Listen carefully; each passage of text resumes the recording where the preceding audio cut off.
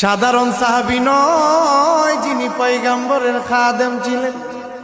হযরতে আবু যর গিফারি খাদেমে খায়রুল বশর,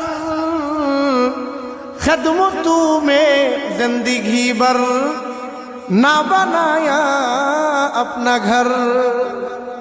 সাধারণ কোন সাহাবাই কেরাম না, নবীর জন্য মহব্বত দেখাইতে দেখাইতে নিজের জন্য একটা আপন ঘর পর্যন্ত নির্মাণ করতে পারে নাই।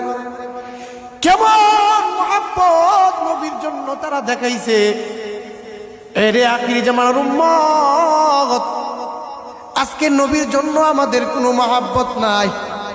আল্লাহ বলে নবী জানায় দেন, কুল ইন কুনতুম তুহিব্বুনাল্লাহ ফাত্তাবিউনি ইউহিব্বুকুমুল্লাহ ওয়া ইয়াগফির লাকুম যুনুবাকুম ওয়াল্লাহু গফুরুর রহিম। নবী আপনি জানায় দেন, কেউ যদি আমি আল্লাহরে পেতে চাই, কেউ যদি আমি আল্লাহরে ভালোবাসতে চাই, সে যেন আপনি নবীরে অনুসরণ করে, সে যেন আপনি নবীরে মহব্বত করে। রে আখির জামানার উম্মতের মধ্যে নবীর জন্য কোনো মায়া নাই, নবীর জন্য কোনো ফিকির নাই, নবীর জন্য কোনো চিন্তা নাই। নবী যে রক্তমাখা দিন রেখে গেছেন, এমনি কি দিন এই পর্যন্ত আসছে। বলে সাহাবাই কেরামের ইতিহাস, বড় বড় আল্লাহ ওয়ালাদের ইতিহাস।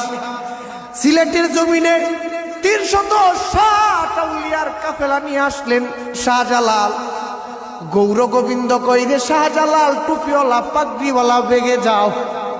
শাহজালাল বলে ভাগবো না, তুই জানুনি আমি মুসলমান, আর মুসলমানের চরিত্র জানুনি। মুসলমান যেই কদম সামনে দেয়, ও কদম কোনো বেঈমানের ভয়ে পেছনে ফেরত নেয় না। শাহজালাল বলে যুদ্ধ হবে, গৌর গোবিন্দ কয় যুদ্ধ হবে। ওই রাত্রিবেলা সেজদায় পড়ে কান্নার আওয়াজ আল্লাহর কাছে ফাইসালা করে শাহজালাল বলে, ও দয়ার মালিক, আপনি ছাড়া আমার জনবল নাই, ধনবল নাই রে আল্লাহ।